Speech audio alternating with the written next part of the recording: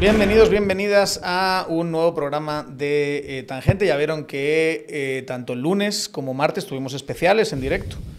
Y entonces volvemos otra vez al estudio, después de haber tenido un debate en Antigua y después de haber hecho un evento cultural con Sofos ayer. Volvemos a la normalidad y volvemos con un invitado especial que ahora presentaré. Antes, ya saben, denle a suscribir a las plataformas de podcast favorita, a nuestro canal de YouTube y síganos en nuestras redes sociales como Tangente GT. Me acompaña, he dicho invitado especial, pero bueno, es de la casa, pero hoy viene como invitado especial, ¿verdad? Goyo Saavedra, ¿cómo está usted? Recuperando la energía, pero ¿Estás muy contento, hecho miércoles? ¿O qué? Estoy... Hay que decir una cosa. Creo que es la primera vez en la historia de Tangente que me roban mi sitio. Me estoy dando cuenta ahora mismo. Ah, ¿en serio? Me senté ahí. Te has sentado, yo siempre me siento donde está Goyo, y pero como ha estado en estas jornadas intensas, son 2 meses en realidad, ¿no? 2 meses un poquito más. Y un poquito más de proceso, vamos a perdonárselo el día de hoy. ¿Cómo estás? ¿Cómo te sientes ahora mismo? Oh, me siento satisfecho, con un poco de cansancio todavía, pero con ganas de... Sí, siento que es como ¿qué te diría? Un flashazo ahorita porque estoy tratando de recuperar la energía y empezar a pensar, bueno, qué adelante, ¿verdad? Claro, no lo hemos dicho, estamos asumiendo que todo el mundo lo sabe, pero para los poquitos de nuestra audiencia que no lo sepan, Goyo ha estado como comisionado, elegido por el Colegio de Abogados, por la planilla número 8, en el proceso de comisiones de postulación, concretamente en Corte Suprema de Justicia, ¿no? Pero también, obviamente, con el equipo de la 8 siguiendo de cerca también apelaciones. Entonces, es uno de los que estuvo el domingo hasta las 4 de la mañana. No, estuvimos hasta el lunes a las 5 y... 5 y pico, se terminó todo. 5, sí. ¿A qué hora te dormiste ese día? Todavía tuve que llevar a mis hijos al bus y después de dar eso me dormí como a las 6, sí. Sí. Y te dormiste con la sensación de cierta satisfacción. Bueno, con mucha adrenalina más que eso, y todavía no había podido ver esto, pero por lo menos con la tranquilidad de que el proceso se cumplió y que se puede entregar una nómina al Congreso. Ese fue el punto.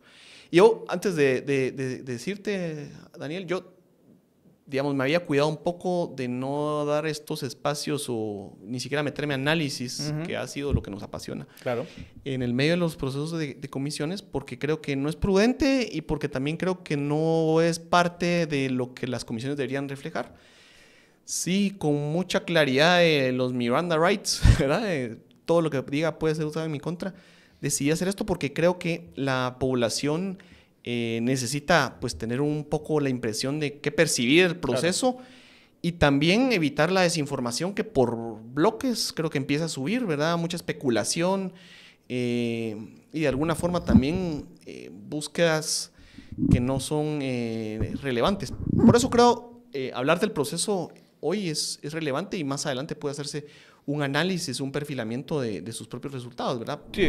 Y como siempre, si quieren construir un sistema más limpio de justicia, pues hay que hacer este tipo de cosas que ha estado haciendo Goyo.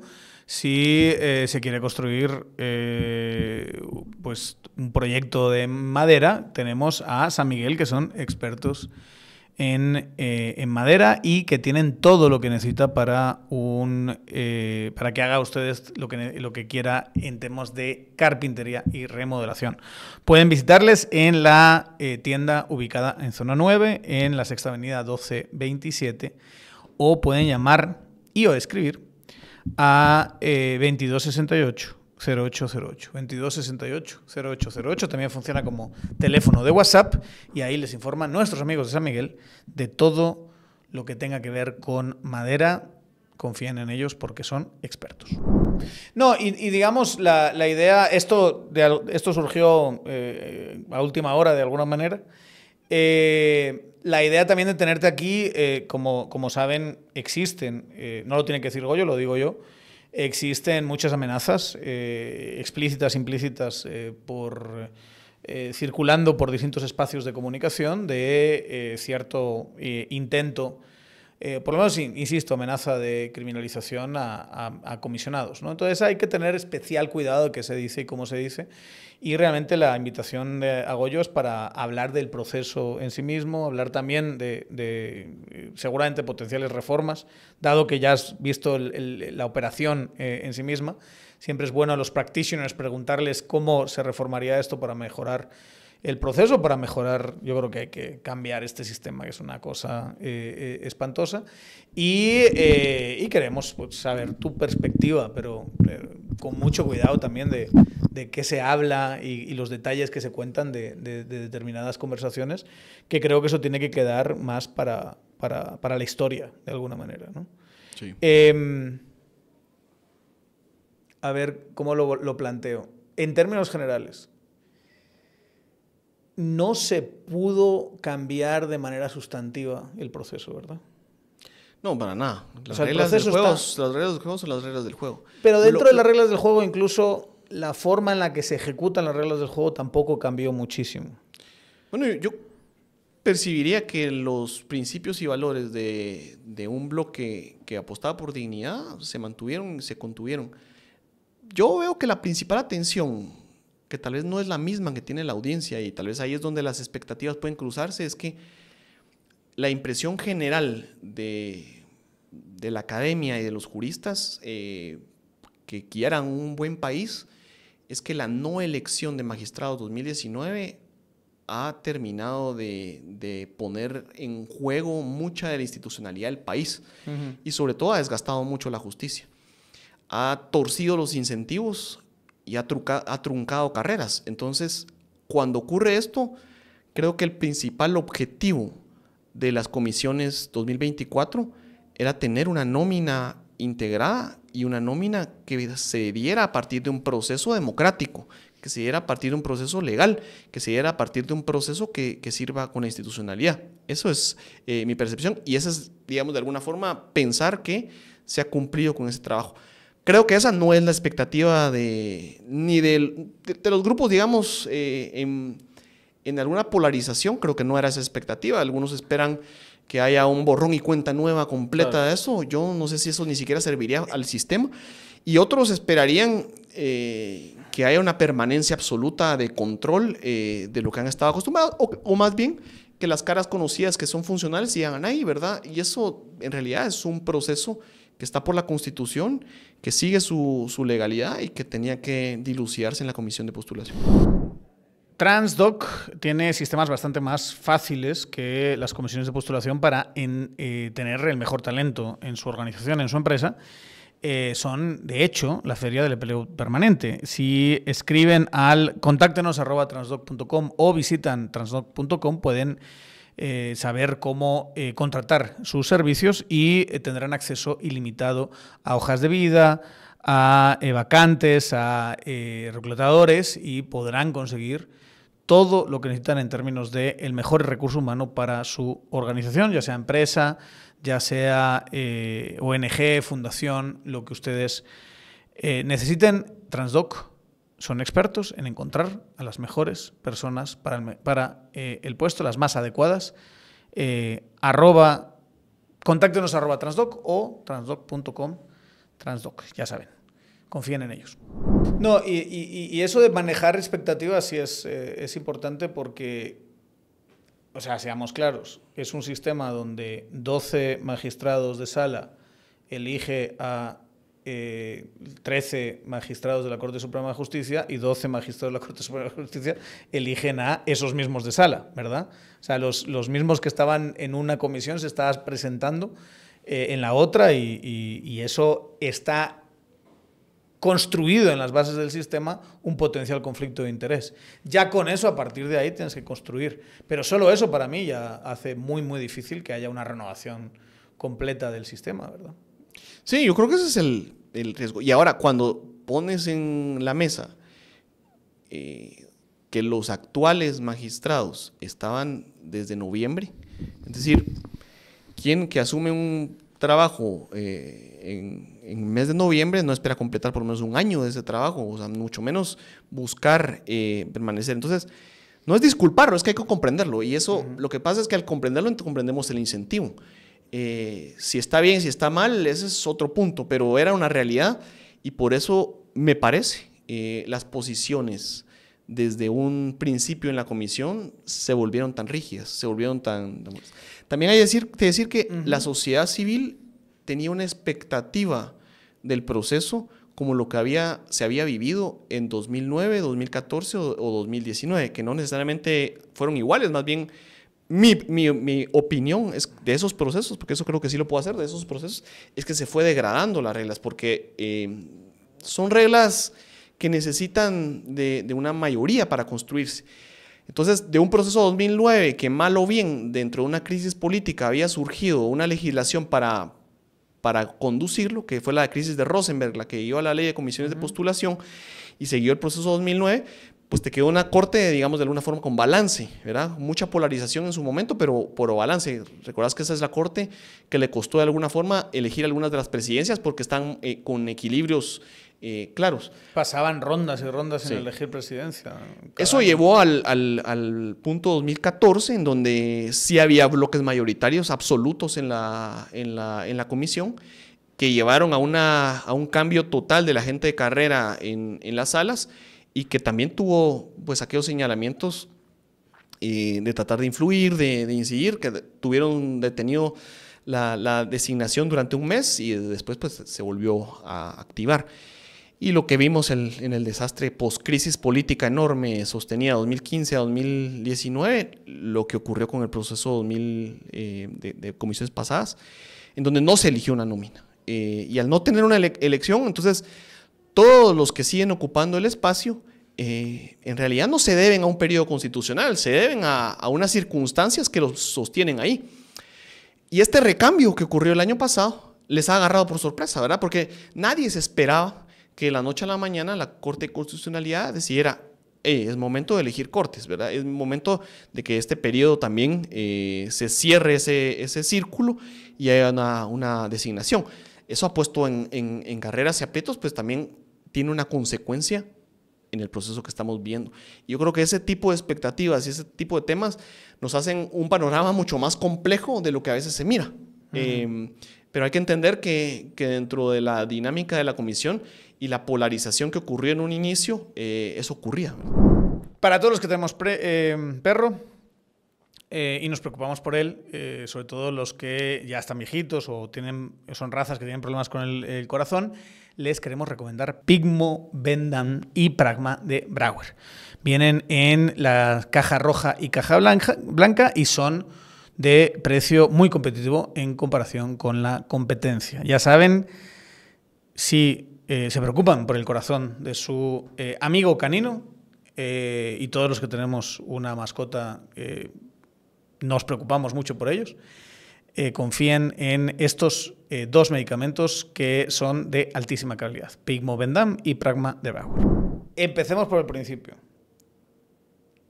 La gente que lo vio y mucha gente que lo ve con cierta distancia, digamos, algunos somos junkies de esto y hemos estado como muy pendientes, y otros obviamente pues mucho del público que nos está viendo, que es un público fantástico, informado, pero que tampoco tiene horas y horas para dedicarle a las minucias y los detalles, y ven que se traba nada más empezar el proceso en el tema de la sede, en el tema de que había un grupo que venían del sector justicia que querían trasladar la sede de la Landívar, y hay que decirlo, tradicionalmente la sede siempre era la universidad de quien había sido elegido rector y por lo tanto presidente de cada una de las comisiones, y quieren llevarla al OJ en condiciones quizá no tan buenas.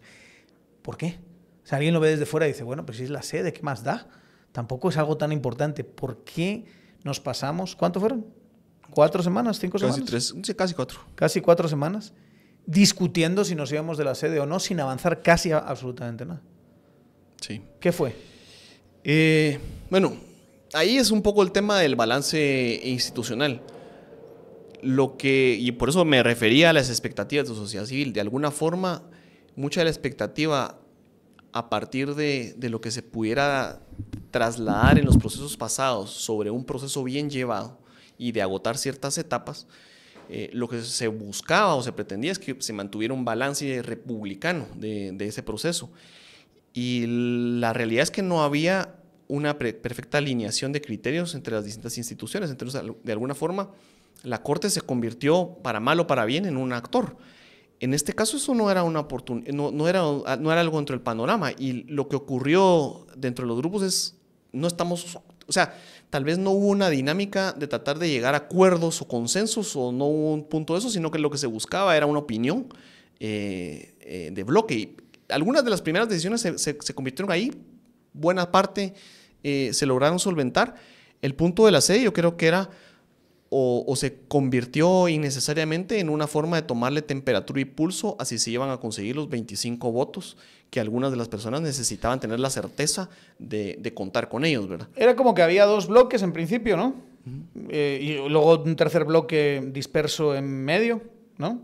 Y que estos dos bloques midieron, por lo menos un bloque midió al otro, porque creo que el bloque de los decanos y de ustedes no estaba en ese juego. O sea, fue un pulso que no querían ustedes ni tenían pensado echarse. Pero como que estos testaron y dijeron, a ver cuánto aguantan. Nosotros estamos unidos y vamos a aguantar. A ver cuánto aguantan ellos antes de que empiecen a ceder. Y la realidad es que ese bloque no cedió en ningún momento. Sí, yo creo que por lo menos la sede, ¿va? Sí, yo creo que el temor era que de alguna forma iba a haber una posición, tal vez de la gente que no logra, digamos, decir acuerdos así de, bueno, yo te reelijo o tal, respecto a las reelecciones, ¿verdad? Creo que mal pensado del bloque de magistrados pensar que se quería, por parte de otros grupos, negar absolutamente cualquier opción a considerar reelecciones, o que se quería hacer una depuración. Porque, otra vez, las expectativas de sociedad civil, de redes, etcétera, ¿verdad? Es decir, cambiemos todo. Y esto, pues, sí lo perciben de alguna forma como un ataque, ¿sí? Y ahí es donde yo creo que antes de empezar el mismo tema de la comisión, ¿verdad? De poder definir cosas logísticas básicas, prefirieron ni siquiera trazarlo. Creo que eso se hubiera ahorrado y se ahorró con el tiempo cuando se fue teniendo avances y se vio que las posturas no eran o no estaban en ese punto. Yo la verdad no sabía cuál era la posición de otros comisionados o de la propia academia respecto de reelecciones o no reelecciones, ¿verdad? No lo sabíamos. Y de hecho, creo que la sociedad se ha sorprendido al momento de ver las votaciones en el fin de semana. Y ese era el juego que yo creo que naturalmente y de forma ordenada debió haberse esperado. Yo los conecto ambos, ¿verdad? El principio con el final, y me parece ahora sí, con un claro reflejo que entramparse en esos puntos afectó en algunos temas a poder llegar a consensos que permitieran modular más los tiempos y no tener un desgaste tan acelerado. Y también molestó, porque hay unos actores que son distintos al resto de actores aquí, y que son los decanos. Sí. ¿Y por qué son distintos? Porque los decanos están en las dos comisiones. Ese es el doble de trabajo. Y les tienes a los tipos 4 semanas discutiendo lo de la sede, y les obligas a que las dos comisiones tuvieron que acelerar mucho. Y esta situación de estar horas y horas y horas ahí zampados sacando el trabajo, ¿no? Sí. Que podía haber sido podían haberlo tenido más dosificado. Eso molestó a los decanos. O sea, esa situación no les desgastó mucho. Yo, si fuese decano, estaría como la gran diabla con el que me quiere cambiar de sede de una forma un tanto absurda, porque el presidente... Ese momento en el que el presidente de la Corte Suprema de Justicia dice, no, si aquí no tenemos presupuesto y no tenemos espacio y no... Pero, ¿sabes qué? Lo que ocurre es que cuando jugaba, o sea, el punto era claro, había otra sede disponible y lista para funcionar. Más de un decano y más de un comisionado se fueron a su casa y antes de dormirse se tomaron un traguito para relajarse, que está muy bien, ¿no? Todo sin exceso. Nosotros, antes de hacer eso, incluso aunque has tenido largas jornadas de trabajo, como las comisiones de postulación, no se les olvide tomarse una pastillita de parte Smart y cuidarán su hígado en el proceso. Procesarán mejor el alcohol, no les hará daño a largo plazo y sobre todo al día siguiente van a poder tener un mejor descanso, un estado natural más amable y, bueno, han podido disfrutar de ese traguito para relajarse y al mismo tiempo no han hecho tanto daño a la salud. Pueden encontrarlo en farmacias, pueden encontrarlo en Super 24, en todos los supermercados. Y tiene un precio más que asequible. 100 quetzales la cajita, vienen 10 pastillitas por 10 quetzales cada vez que se tomen su Party Smart. Pueden cuidar a largo plazo su hígado de los males que puede hacer el alcohol. Y siempre desde aquí recomendamos que sea siempre con moderación, con responsabilidad, con agüita al mismo tiempo y si puede ser mejor comiendo también para que tengamos algo en el estómago. Party Smart, nuestro querido patrocinador, tómenlo. Yo no es que creo que se haya molestado, no lo sé. No sé si los dejanos se molestaron o no se molestaron. Lo que creo que los que no queríamos votar por un cambio de sede teníamos claro es que la preparación logística de la sede necesita tiempo. Si no nos hubiéramos tardado un mes antes, porque no había dos comisionados juramentados y el Congreso no estaba juramentándolos, ¿verdad? Y no se habían juramentado porque uno pues, había renunciado al cargo y otro había estado fuera del país. Entonces, cuando eso te ocupa un mes, ya el tema de la sede, buscar otro espacio implica tener 2, 3 semanas para buscar un espacio que no sabía si lo tenían, que no estaba claro si había presupuesto para ello, que no estaba claro si eso pasaba. Entonces, el punto es, si nos arriesgamos a tomar una decisión en ese tipo, en el vacío, pierdes otro mes. Ahora, lo que hay que tener claro ahí es que entonces todo el trabajo se junta. Exacto. Y eso lo que implica es que vas a tener 2, 3 semanas de harto desvelo. Y eso es lo que te hace oponerte. Y para oponerte. los decanos es el doble de trabajo. Y eso, exacto. Y eso es lo que te hace oponerte a un cambio innecesario. O sea, es decir, si ya todo está listo, ¿por qué tengo que cambiarme de un lugar? Lo que yo entendí mucho después, y eso lo entendí tal vez en la semana 3 de esa oposición, es que a alguna de la gente que llegó le dio desconfianza llegar a una sede que estaba todo listo.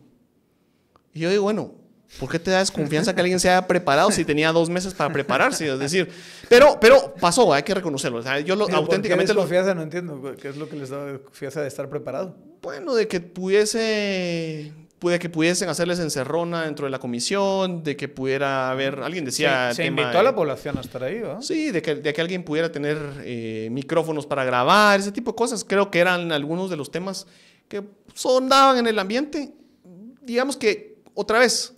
posiciones de ausencia de confianza en polarización que no lograron racionalizarse a tiempo, pero eso generó un desgaste que creo que se superó cuando de alguna forma, también hay que decirlo, creo, lo político era muy seguido, dentro de la comisión se comentaba de alguna forma mucho en los comisionados y yo creo que eso es un tema de expectativas de qué está pasando, qué va a pasar.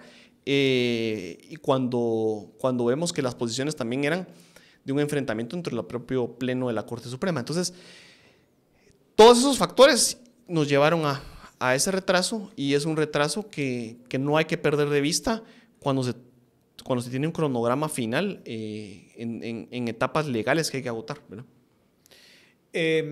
Luego empieza un proceso muy, muy acelerado porque hemos perdido casi 4 semanas, casi la mitad del tiempo, ¿verdad? Discutiendo una tontería irracional, ¿no? Como dices, si está preparado, pues cambiar significa aún menos tiempo.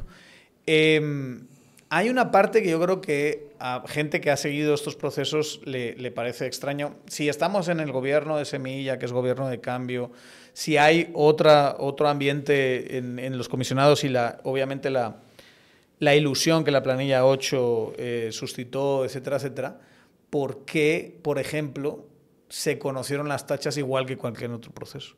¿Por qué las tachas fueron tuvieron tan poco impacto? Yo creo que se conocieron menos que en otros procesos, pero por aprendizaje de otros procesos yo creo que había un tema. ¿Por qué? Porque hay como una sensación de que si veo ciertas cosas me van a amparar a la persona por la presunción de inocencia y van a decir que no cuenten esas tachas. Sí, puede ser. Mire, lo puedo decir desde mi apreciación y desde donde yo, o sea, desde mi sentir particular para llevar a una decisión propia, ¿verdad? No sé qué opinen o cuál haya sido la inspiración de otros comisionados. Lo conversé sí con los miembros de la planilla y en general con bemoles, ¿verdad? Logramos tener cierta coincidencia. Lo que ocurre es que pensábamos, uno, para que algo se le dé trámite necesita un voto, ¿sí? No es solo un tema de querer que pase, sino es que tienes que tener los 25 votos para que eso pase. Claro, que es un consenso de 2/3, no es un consenso de la mitad, ¿verdad? Eso es mucho decir. Entonces, ¿teníamos los votos para eso? Pues, de alguna forma, cuando se propuso un tema de que no fueran recortes de prensa o datos los que viabilizaran ese punto, en realidad yo creo que si no hubiera quedado ese texto, lo que hubiera pasado es que hubiéramos tenido el triple de tachas, pero igual la misma cantidad de las que se les hubiera dado trámite, porque los votos eran los que necesitaban para dársele trámite una vez presentada la tacha. Yo creo que no era tan necesario tenerlo en el reglamento. Nosotros no votamos por eso, ¿verdad? No votamos. Tuvo la mayoría de los votos y el texto quedó de esa forma. Pero eso es, creo yo, y tal vez es un poco un tema menor. El punto ya cuando se le conoció y se le daba trámite, yo hay algunas particulares que creo que sí daban un motivo para que el postulante se defendiera, ¿verdad? Y creo que de alguna forma dar ese derecho a audiencia te permite defenderte, porque solo el hecho de que te presenten una tacha queda dentro del registro histórico. Si no le diste trámite, la persona nunca se va a poder defender. ¿Qué es lo que pasó con Rodil, verdad? Con uno de los candidatos. Pero Rodil sí se le dio trámite. Por eso, se le dio trámite y luego se defendió. Correcto. Yo creo que eso era lo que debía ocurrir. Ahora, no había los votos para que ese fuera el criterio. Nosotros votamos entonces por las que de alguna forma podían demostrar documentalmente algún compromiso que creíamos que la persona tenía que responder, ¿verdad? Y que era sano para el proceso que la respondiera. Obviamente no tuvieron los votos y solo a una se le dio trámite. Ahora, dentro de las consideraciones que también se tomó en bloque es no salirnos de la línea de lo que pueda comprometer el proceso, porque el tiempo estaba comprometido y porque otra vez lo que el sistema de justicia necesita es que se cumpla ese plazo constitucional. Lo que sé que a algunos les chirria al oído cuando hablan de plazos constitucionales a secas, pero en verdad el efecto de la no designación de los recambios ha sido muy pernicioso en el sistema, no necesariamente por los perfiles o no los perfiles, sino por los incentivos dentro de eso mismo. Y eso es lo que creo que debía y tiene que ser el resultado de este proceso en general, y vamos encaminados en esa dirección. Ojalá pues eso se mantenga de esa forma. Hay una cosa que a mí me hace especial daño en estos procesos, que es el tema de cómo se evalúan los méritos universitarios, docentes, etcétera, etcétera, ¿no? Uno que ha estado muchos años en universidades, que conoce las naturalezas de los títulos, que conoce el sistema universitario guatemalteco bastante bien. Yo he estado dando clase en muchas de las universidades que tienen representación. ¿Por qué se hace tan poco esfuerzo y por qué, digamos, tienes ese ambiente? Supongo que se contesta solo porque tienes a los decanos mismos que no van a demilitar sus propios títulos, ¿verdad? Ahí sentados. Pero ¿por qué se mira tan poco la naturaleza misma del título? ¿Por qué tenemos un caso de gente que saca 3 títulos en 6 meses y uno sabe lo que significa sacar un doctorado, ¿verdad? Lo sabe porque yo lo he intentado como 3 veces y no lo he conseguido nunca, ¿verdad? Y conoces a los colegas que lo han hecho y ha sido como casi parir un hijo y tienes esta relación de amor-odio con la tesis, gente que se obsesiona y luego la abandona y luego vuelve y ese tipo de cosas, y tienes a gente sacándose estos títulos de Cornflakes que básicamente sirven para el proceso de comisiones de postulación. No se pudo tener esa discusión de una forma mucho más sustantiva. Sí, es un punto, digamos, de una... Es decir, ¿qué es lo bueno y qué es lo malo? Es decir, ¿cómo puedes estandarizar en un consenso de 37 personas, con la academia incluida, cuál es el estándar de esa calificación? duele más que tener cuántos títulos o no títulos de los nacionales, ver algunas de las cosas que uno ha visto antes de entrar en este proceso, ¿verdad? Por ejemplo, temas que te ofrecen de paquetes en universidades extranjeras, en línea, y entonces solo vas y defiendes el punto y al final sabes que parece más un diplomado que un doctorado, pero es eso lo que te dan. Y después miras a perfiles que tal vez sí tienen un doctorado de USAC, tal vez un doctorado de una universidad o alguna extranjera que sabes que es academia, ¿verdad? Y los pondrán igual, tiene una misma ponderación. Pero es muy difícil hacer esa diferenciación sin entrar en subjetividades o tener un parámetro que te esté predado, o sea, preentregado, preotorgado, antes de entrar en el proceso de comisiones, ¿verdad?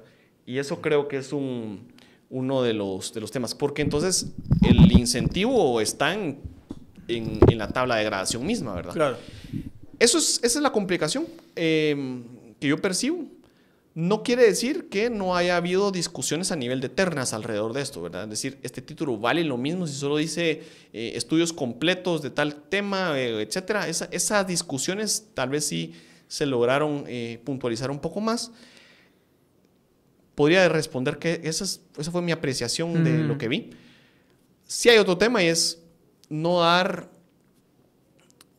particular oportunidad a impugnaciones o acciones constitucionales que pudieran entorpecer el proceso, ¿verdad?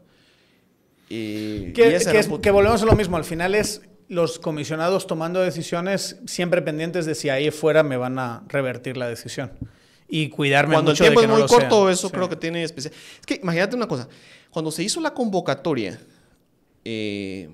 por el Congreso y después de terminadas las elecciones del Colegio de Abogados, que fueron las últimas, nos quedaban 4 meses para llevar a cabo las comisiones, que se han terminado de definir en 2 meses y 1 semana aproximadamente.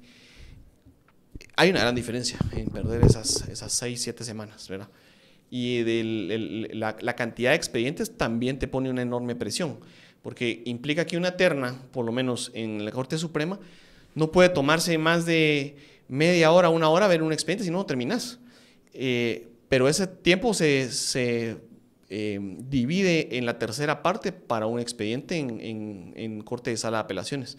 Entonces, fue muy importante, un énfasis grande, que la propia experiencia de la academia y de quienes habían participado en comisiones anteriores hicieron respecto del índice, respecto a la forma de presentación. Obviamente, la auditoría que se hace de perfiles que han podido tener 3 títulos en 2 meses, se hizo desde afuera porque tuvieron más tiempo para pasar cruces, tenían otro tipo de herramientas, herramientas digitales sobre todo, ¿verdad? Pero en el momento de estar con un expediente en la mano y tratar de ver eso, yo te digo, lo percibo un poco más complejo. Claro, porque tienes que una terna tiene que estar viendo decenas de expedientes, ¿verdad? Entonces tienes tiempo muy limitado para hacerlo. Y cuando tenés diversidad en esa conformación de ternas, que ese es el equilibrio de tener a un representante del colegio, a un representante de magistrados y a un decano, de alguna forma sí estás buscando que haya una objetividad en los criterios. Y eso lo tienes que construir desde el perfil y desde la tabla. Que no sean, digamos, ternas que juzguen distinto. Cuando tienes lo mismo, digamos, que tienes el mismo doctorado y en uno te sale que son 7 puntos y en otro te sale 5. Correcto. Ese tipo de cosas. Entonces, ese es un balance imperfecto, ¿verdad? Pero me parece la decisión que puedes tener otra vez, en un bloque de 2/3. Ese es, digamos, el resultado es eso. Es un proceso que de alguna forma tiene un diseño democrático. Si es imperfecto o no es imperfecto, creo que tiene que ver con las decisiones que se tomaron en la reforma constitucional. Yo esto lo he dicho en otros programas de aquí. Creo que visto desde adentro,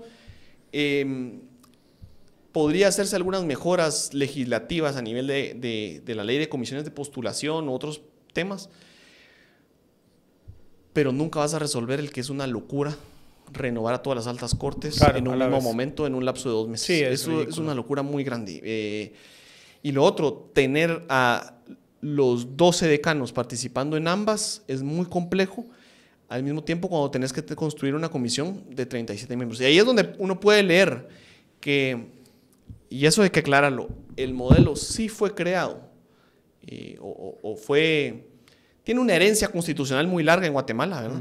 Pero fue creado en la Constitución del 86, pero no en la forma en que está actualmente. La forma en que está actualmente responde a la reforma constitucional del año 93, que entró en vigencia en el 94. Ahí es donde está la clave de yo creo, este desliz general que ha venido evolucionando pues, en los últimos 30 años.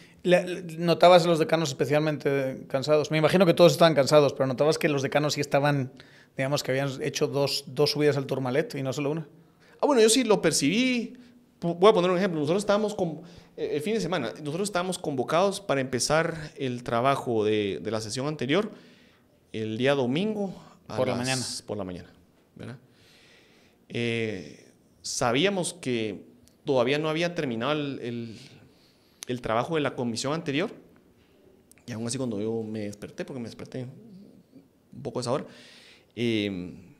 voy en camino y sé que todavía no habían terminado. Entonces yo dije, no han terminado. Te estoy hablando que eran, no sé, las 6:30, 7 de la mañana. Cuando llego a la universidad, todavía no me encontré con todos los comisionados, menos los decanos, porque ellos tenían muy claro que no habían dormido 2 días antes bien, y de igual forma tenían que empezar en esta comisión hasta terminar. Y tenías que entregar la nómina el sábado. Entonces, ya desde el momento en que cuando yo llegué el domingo y nos dijeron, bueno, se cambia la hora y se nos notificó, pero ya desde ese momento que no estaban, yo sí percibí que había un cansancio y un agotamiento importante. Cuando los vi algunos, bueno, fue muy claro, ¿verdad? O sea, durante toda la jornada también se alargó hasta las 4 de la mañana del lunes. O sea, yo creo que ese agotamiento es relevante y tiene que ver con los plazos de este proceso, pero también con la dinámica pensada de las comisiones en general. Claro, los pobres se vieron forzados a pedir la mañana, básicamente, y empezar a las 2, creo que era. Sí. ¿Por qué no se piensa en empezar el lunes, darles el domingo? Porque existe el riesgo de que no podamos cumplir con la entrega de la nómina en el Congreso. Pero la fecha, ¿el límite cuál era? Era el lunes. El lunes era la fecha límite. Sí, porque tienes que hacerlo 20 días antes de que cumpla el periodo del vencimiento. Ese es el... Claro, entonces tendría que ser antes de las 12, digamos, de la noche. Entonces, pues antes de que concluya el día, tenías todo esto. Ahora, no es solo de terminar de votar, sino tienes que terminar el acta, tienes que certificar los resultados, prepararlos y entregarlos al Congreso. O sea, no es un tema que lleva poco tiempo, es un tema mayor. En el caso de apelaciones, es un trabajo que se intercalaba porque además tenías que certificar ese punto con 302 expedientes para hacerlo llegar. Eran 300, finalmente eran que pasaron el corte de nota 199 expedientes, en tu caso. Los de Salas eran muchísimos más, ¿verdad? En final fueron 200, creo. 200, sí, porque 2 acciones de amparo y reingresaron a personas. Tienes a 200 expedientes. No te voy a preguntar sobre los demás comisionados, pero sí sobre ti. ¿Cómo juzgaste? ¿Cuáles fueron los criterios que tú juzgaste para votar a los comisionados, a los candidatos que votaste? Bueno, primero sí hubo... Hay perfiles que de alguna forma uno conoce. Sí vimos los expedientes, ¿verdad? Sí hubo un acceso a ver los expedientes. Tuvimos conversación con los colegas de la prensa, sí tuvimos una conversación.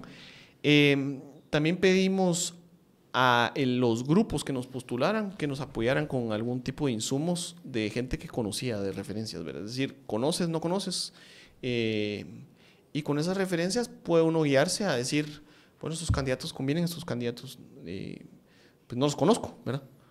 Eso ha sido el ejercicio general para tener pues esa visión. Y yo creo que ese punto, por lo menos en Corte Suprema de Justicia, pues yo sí puedo decir, en atención a las personas que se postularon, yo creo que merece, indistintamente de quién haya sido y la persona, creo que merece un incentivo de querer hacer algo en la justicia, preparar un expediente y presentarlo. Yo ahí haría un llamado a la comprensión de que obviamente es muy complejo poder conocer a a todos estos expedientes. Si dejé de votar por alguno que consideraba que debía haber sido votable, pues pido ahí la consideración. El otro es un criterio de lo que yo consideraba que convenía en la Corte. Creo que es una apreciación por la cual uno se postula y tiene esa función, ¿verdad? ¿Y cuál es ese criterio de lo que convenía? O sea, por ejemplo, en tu caso y en el caso de los de la 8, que supongo que es más que legítimo que una planilla que se presenta junta pueda discutir este tipo de cosas. Sí, las discutimos y de hecho sí podemos ver que en algunos casos no se votó igual, ¿verdad? Porque sí. no lo creía o no se aportó de esa forma. Eso pasó. Pero me refiero, por ejemplo, para ponerte un ejemplo concreto, reelecciones. ¿Cómo lo veían ustedes? Bueno, cuando vimos durante la jornada que sí había un inminente apoyo de reelecciones, yo prefería que hubiera un recambio general en algunas de las direcciones de la propia Corte. Y esto principalmente porque creo que la dinámica dentro de las comisiones pues lo invitaba, ¿verdad? Esa principalmente. En otro sentido, creía también que había que tener personas que tuvieran... y ahí yo te digo, los principales que voté fueron catedráticos, ¿verdad? Los conocí. Indistintamente si eran qué experiencia o qué perfil habían tenido, yo creo que muchas de esas personas estaban u orientaban una confianza a que lo que está viviendo el país y lo que está viviendo la justicia va a tener de alguna forma perfiles que logren romper esa polarización. Y ahí yo sí voy a ser un poco más, yo quisiera decir balanceado, moderado, pero la gente lo va a interpretar de otras formas. Mucha del sentir en general de lo que se mencionaba aquí tiene que ver con esa polarización que de alguna forma se ha venido pintando como ideológica, que no lo es, o sea, para mí no lo es. Pero tratar de ver que había un bloque que pudiera estar beneficiando una u otra tendencia, a mí me parecía que eso rompía el balance de lo que el país necesita en esa nómina. Al final, yo creo que en ese cometido, si hubiese sido un deseo, no se cumplió, ¿verdad? Creo que hay un trabajo todavía que el Congreso debería hacer para lograr un objetivo de balances. Lo otro es comprender las dinámicas gremiales. Mi percepción después del proceso 2014 era, y que lo conocía, digamos, de alguna forma, era que si le das herramientas de bloques mayoritarios que tienen... no es que esté mal, ¿verdad? O sea, dentro de las reglas actuales hay magistrados de sala o magistrados de Suprema que de alguna forma han construido un perfil gremial porque han participado en elecciones del Colegio de Abogados, ¿sí? Porque han hecho carrera en servicios de las unidades académicas distintas, etc. Pero cuando todos pertenecen, o un gran bloque pertenece a un mismo grupo, lo que tenés es una cohesión no respecto de la idea de corte o la idea de justicia, sino la cohesión de grupo. Yo creo que eso está bien. Pero todos los grupos intentado tener a su corte, digamos, o por lo menos su influencia en la corte. Claro, ¿no? Claro. O una influencia mayoritaria. Yo creo que eso debería de considerarse. Creo que le conviene al país. Y más allá de... Porque creo que hay perfiles que le conviene ese balance, dices tú. El hecho de que no tengas un solo grupo manejando... Yo creo que... manejando todo, sino que mientras tengamos este sistema puedas tener una diversidad y no un solo grupo queriendo imponerse el resto. Sí, y a ti tal vez te va a caer mal ese comentario, pero yo, donde me convencí, tal vez decía cuando lo vio algunas de las resoluciones de la CC, y hay un voto razonado, hay uno de los magistrados que dice que ahí se percibe un ataque entre, ¿verdad? Como una disputa entre poderes del MP y la presidencia. Yo digo, en verdad... Indistintamente si sea esa la forma de ponerlo en framing o de escribirlo, es una realidad. Y si va a seguir utilizando, o la expectativa de uno de los grupos es seguir utilizando la Corte respecto de sus fines, no vamos a salir nunca de esto. O sea, estamos discutiendo... Es justicia. El famoso parar el péndulo. Sí. ¿Verdad? Eso es lo que yo creo que tengo. ¿Qué implica parar el péndulo? Esa es la pues es que eso es lo que ocurre. O sea cuando le preguntas a uno, sí. Lo que quieres es no me pongas a estos. Y cuando le preguntas a otros, no me pongas a los otros. O sea, sí. Creo que ahí hay un ejercicio todavía incompleto, ¿verdad? Que habrá que ver. Y eso es...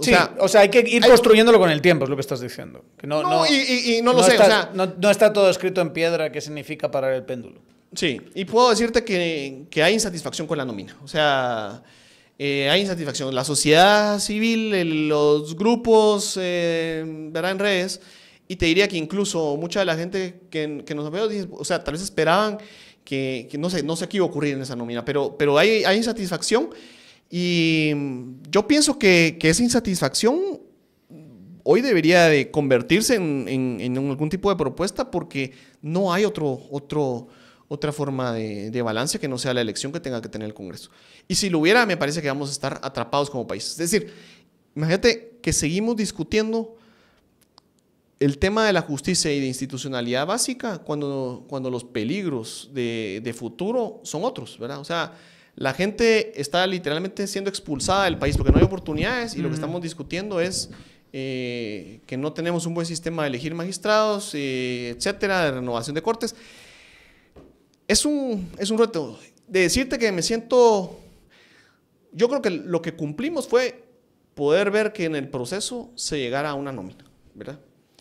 Creo que hay nombres ahí que pueden lograr un balance. No podría decirte que sienta el alivio de muchas cosas. O sea, el alivio creo que lo voy a sentir principalmente cuando esta corte o las cortes que se elijan funcionen y pues cumplan con la Constitución y la respeten. Yo creo que esa es la expectativa de quienes participaron y de quienes conformaron la comisión en general. Eso creería, ¿verdad? O sea, que lo digan ellos. También tengo que decir que la comisión no ha terminado, ¿verdad? Tenemos que entregar todavía una última sesión al conocer impugnaciones, pero ese es como yo me siento, es eso. Creo que después de jornadas muy extenuantes, de tratar de encontrar equilibrios muy difíciles y de valorar perfiles, de quedarle mal, de saber que hay mucha gente que conoces y que no votaste, que va a decir no me votaste, y lo vas a voltear a la calle y te va a decir no me votaste, ¿por qué no me votaste? Te lo vas a encontrar en la reunión del gremio de no sé qué y sí, te va a decir eso, ¿verdad? Sí. Y de hecho hay mucha gente, otra vez, y eso es conmigo, o sea, no lo he hablado con los colegas que estuvieron en apelaciones, pero imagino que ese tema se va a multiplicar mucho más porque yo sí he recibido mensajes de decir, o sea, la planilla 8 no me votó, en apelaciones no me votó, o sea, yo apoyé en tal cosa y yo siempre creí en ustedes y no me votaron. Yo ahí no sé qué decir, claro. La jornada fue tan larga y en un momento las votaciones se incrementaron que era tal vez muy difícil poder ver a cada uno de esos perfiles, o también los compañeros decidieron que igual sean amigos o no hay que votarlos. Yo creo que eso es legítimo también. Si va a caer bien o va a caer mal, no lo sé, pero es uno de los riesgos de estar acá. Y de hecho algunas personas me lo decían, o sea, no creas que por este servicio que estás pensando hacerle o esta iniciativa de eso, vas a salir nada más con entregar eso. Yo hoy percibo eso. Muchos me decían, lo que vas a ganarte es que todos los que no están dicen, si este no me lo votó es porque es mi enemigo, esto es... Sí, yo esperaría que eso no sea así, pero... Se van a inventar se van a inventar una narrativa de por qué no les votaste y tú a lo mejor dices... ¿Tú quién eres? No te conozco. No sé quién eres. No, pero también tengo que decir que hay gente que sí conozco y que no voté y bueno... Tengo derecho a tener mis apreciaciones de eso. También tengo que decirte de algunos de los votos que sí se hicieron. Yo puedo hablarte de los míos. En algún momento cuando vi que en la dinámica y lo que se conversaba era, miren, sí va a haber elecciones, ¿verdad? O sea, yo creo que aprecié los perfiles que consideraba. Habían hecho una labor en la no corte. No te pusiste radical en que cero al contrario, sino que los voté. En algunos casos sí y en otros no. Sí, exacto. Lo que hay que decir, y yo, digamos... No coincidimos en la planilla, no coincidimos con los votos que se hicieron de eso. Algunos no querían votar ninguno y algunos no lo hicieron, ¿verdad? Claro. No sé si lo hicieron. Pero yo emití los votos que consideré en el contexto. Y hay que también verlo. Cuando se ha completado las rondas, ha sido muy evidente que para lograr que estos balances ocurran... había que... O sea, hay que votar en unos y otros, ¿verdad? Es decir, los grupos van y dicen, me parece que es un perfil idóneo.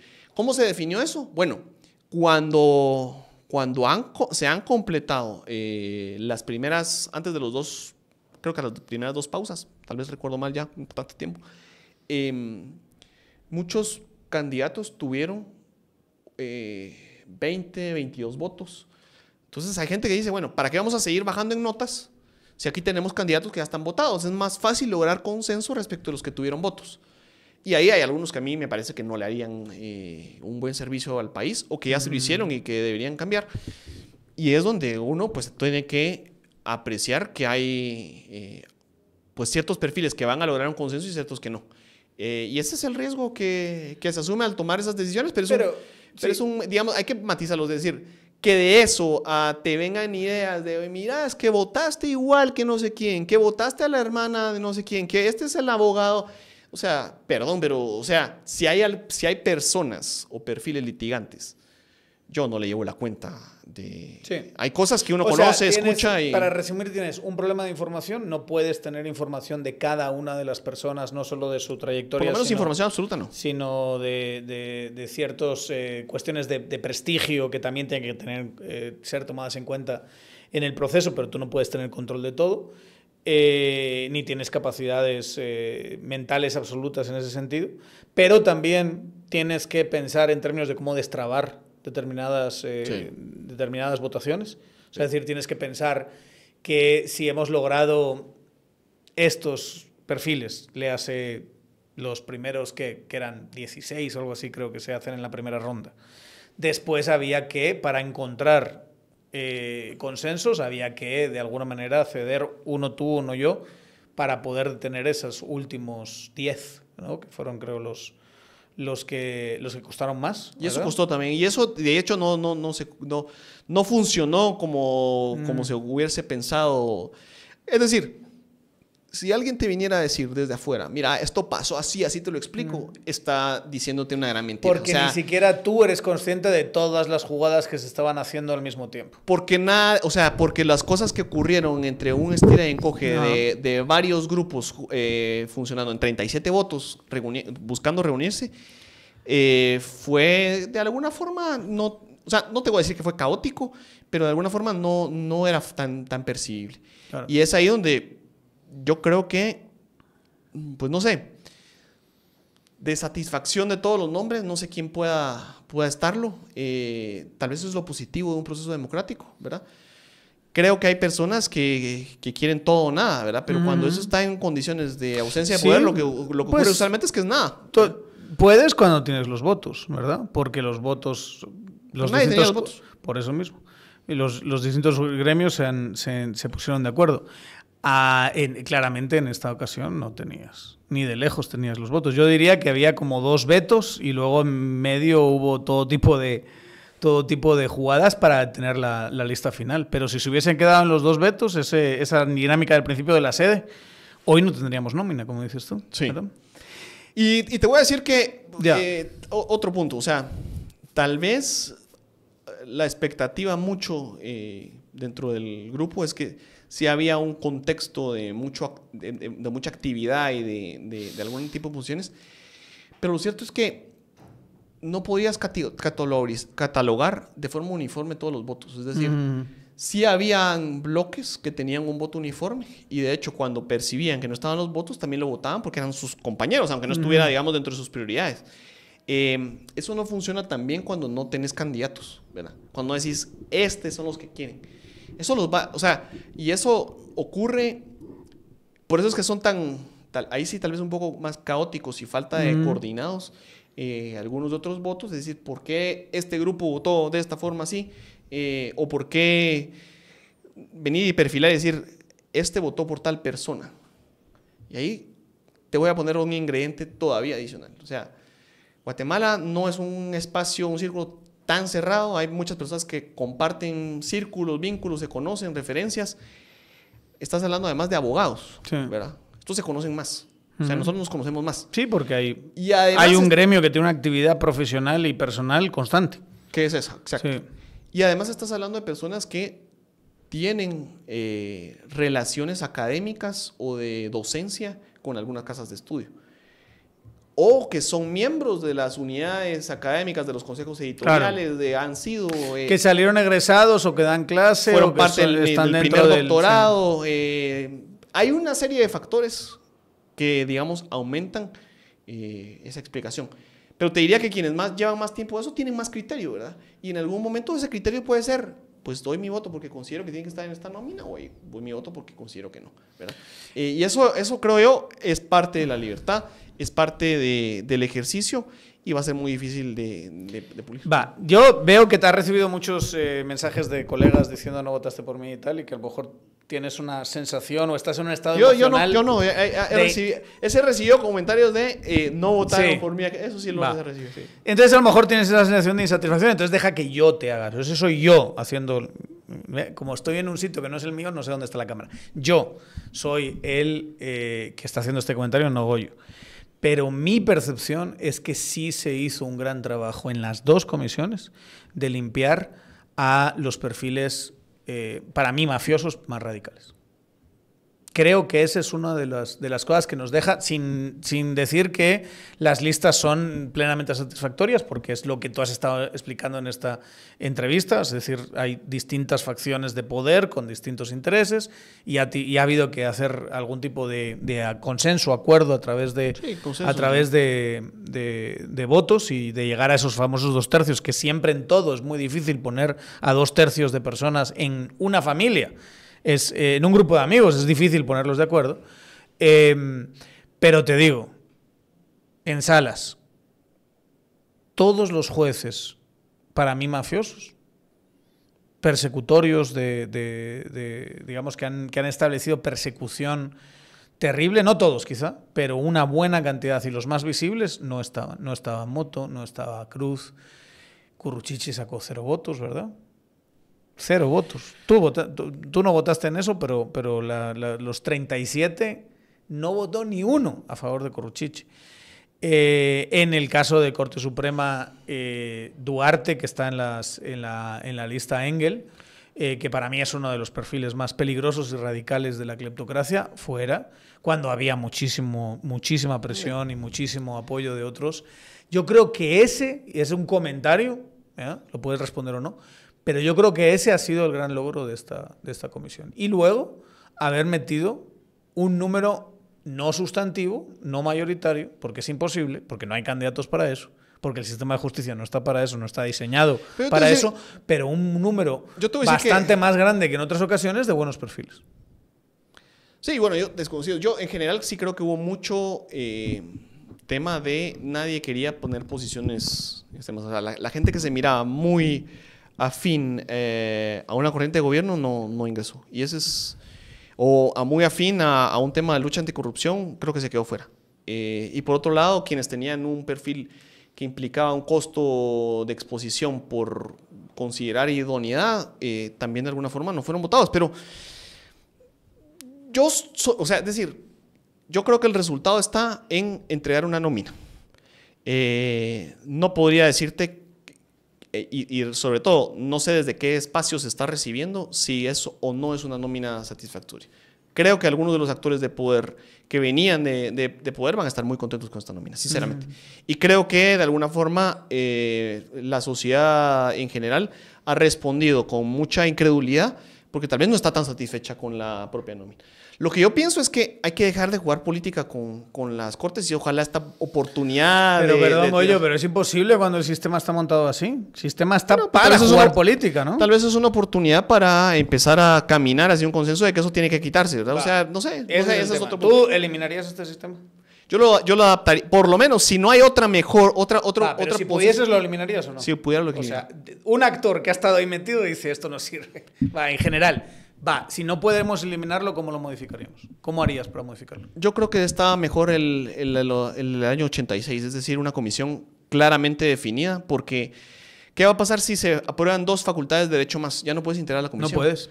Tienes que integrarlas con suplentes de Corte Suprema, ¿no? Sí, yo creo que una acotación en eso, tener poco más de academia. De hecho, sí. ¿Te acuerdas del famoso amparo al que hacía referencia antes, que obligó a finales del año pasado a elegir cortes? Uno de los argumentos que a mí me expusieron, no sé si fuiste tú, pero bueno, uno de mis leaks de referencia, pero uno de los que yo me acuerdo había una preocupación dentro de la CC, técnica, y ahí sí creo que con razón, de que como no estaban no había 12 magistrados, sino que se habían ido cayendo por 9 años de CSJ, casi siempre se estaba integrando con suplentes que son de Salas. Sí. Y que no había suficientes magistrados de Corte Suprema para integrar la comisión de postulación. Entonces que había que renovarlas, porque si no, no se podía tener la siguiente comisión de postulación y no podías tener el proceso que acabamos de vivir. Sí, hay otra interpretación también porque la Constitución dice los decanos y después dice un representante de, o 12, o sea, igual número de representantes igual número de representantes de. O sea, y la pregunta es si los representantes tienen que ser magistrados o no. Bueno. Ese es otro, pero sinceramente para evitarse líos, yo haría un proceso un poco más acotado, es decir, un número de decanos, un número de electos, si es lo que quieres tener, o una no elegir todos a la vez. Definitivamente no elegirlos al mismo tiempo. la elección, por ejemplo, es que cuando vemos cómo está la Constitución del 86, las salas no se elegían así. Sí. Y ese es un tema importante. También el Congreso elegía una parte y la Comisión elegía otra y después se cruzaba. Esa parte creo que había que analizar. Que volviendo otra vez a esa idea de hacer balance, ¿verdad? Sí. De que si tienes como dos mecanismos de elección, que pasa en muchos sistemas de justicia, por cierto, que tienes, integras un mismo órgano, pero vienen de distintos sitios, un poquito como en la CC, por ejemplo. Sí. Y yo yo quiero cerrar diciéndote que ha sido una experiencia muy exigente en todo sentido, profesional, personal, familiar, cívica, ¿verdad? Sí he sentido, digamos, al máximo muchos tiempos. Y tal vez son una de las cosas y reflexiones que compartí con algunos uno de los comisionados que coincidimos en algunos puntos, era que tal vez eso te realza mucho de dónde vienes, ¿verdad? ¿A qué estás dispuesto, a qué no? Y principalmente me hizo recordar mucho de la idea y de por qué que tenemos que hacer esto por el país, ¿verdad? Es decir, mi familia es completamente diversa, es decir, tengo 8 hermanos que piensan distinto, hay bloques también, pero tienen que caber todos. Es que el punto es... No logran el consenso de 2/3 entre los hermanos. Cuesta. Cuesta mucho. A veces sí. Y el otro tema es que no porque piensan en una visión son tus enemigos. Claro. ¿Verdad? Están pensando y leen la realidad de una forma distinta. Otra cosa es que tienes que lograr. Sí. Y te iba a preguntar eso precisamente. ¿Qué experiencia has tenido? Y si puedes decirme nombres mejor, ¿verdad? Pero si no me los quieres decir, no me los digas. Pero ¿qué experiencia has tenido de alguien que tú entraste pensando que era alguien con el que no te ibas a poner de acuerdo?